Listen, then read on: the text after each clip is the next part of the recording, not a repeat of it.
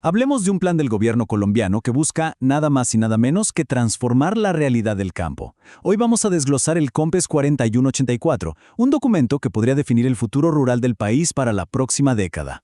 Este que vemos es el documento oficial, el COMPES 4184. Y para que quede claro desde el principio, toda la información que vamos a analizar hoy viene directamente de sus páginas. Es, en esencia, una hoja de ruta para enfrentar lo que el propio texto llama una desigualdad estructural.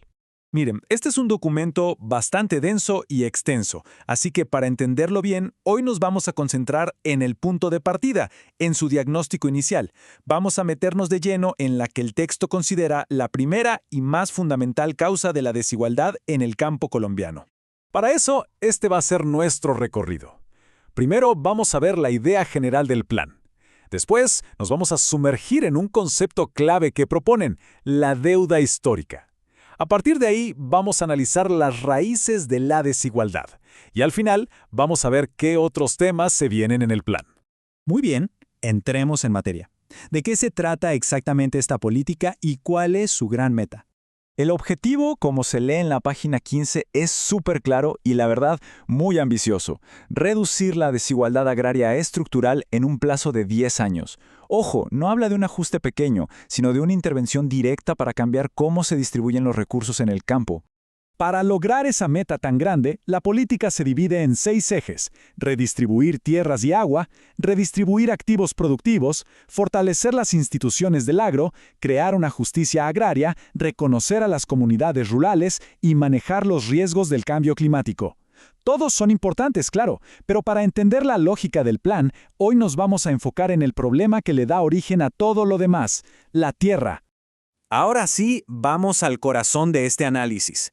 Para entender por qué se propone una reforma, primero hay que entender el problema que el documento dice querer resolver. Porque, el documento no ve la desigualdad como un simple número o un desequilibrio económico y ya. Lo enmarca en algo mucho más profundo. Entonces, ¿cuál es ese problema de fondo? Y aquí está la respuesta textual de la página 28. El documento habla de saldar deudas históricas. Esta idea es básicamente el pilar de toda la política. No se trata solo de economía, se trata de corregir desequilibrios que, según el texto, vienen de muy atrás. Ok, deudas históricas, pero ¿con quiénes? Bueno, el documento les pone un nombre: sujetos populares del campo, y los define como el campesinado, los pueblos indígenas y las comunidades negras, afrocolombianas, raizales y palenqueras. Dice que son quienes han sostenido la vida en el campo a pesar de condiciones históricas de exclusión.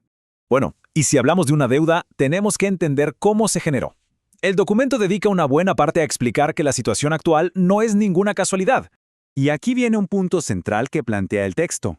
Esa altísima concentración de la tierra que se ve hoy no es un fenómeno natural del mercado. Fue, según se lee, el resultado de decisiones políticas y de arreglos institucionales que consolidaron la tierra como una fuente de poder. Esta línea de tiempo lo resume muy bien. El documento nos cuenta esta historia en 3 grandes momentos. Primero, en los inicios de la República, las élites se apropiaron de las tierras más fértiles y mejor ubicadas. Ahí se pusieron las bases. Segundo, el proceso siguió con la apropiación ilegal de baldíos, o sea, tierras de la nación para agrandar las propiedades. Y tercero, el conflicto armado, que el documento llega a calificar como una contrarreforma agraria de facto, donde la violencia fue un mecanismo para despojar a millones de personas de sus tierras.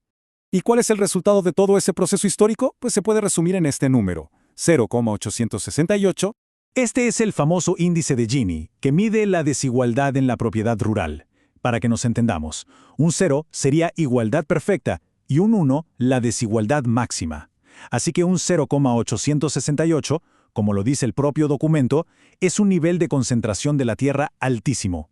Y para que ese número no se quede en el aire, veamos esta comparación que hace el documento.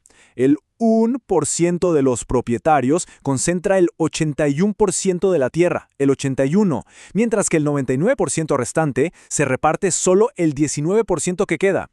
La escala de este desequilibrio, como lo presenta el plan, es la raíz de todo el problema. Ok, entonces, ya vimos el diagnóstico, el problema de fondo según el COMPES 4184. Ahora, la pregunta es, ¿y a dónde nos lleva todo esto?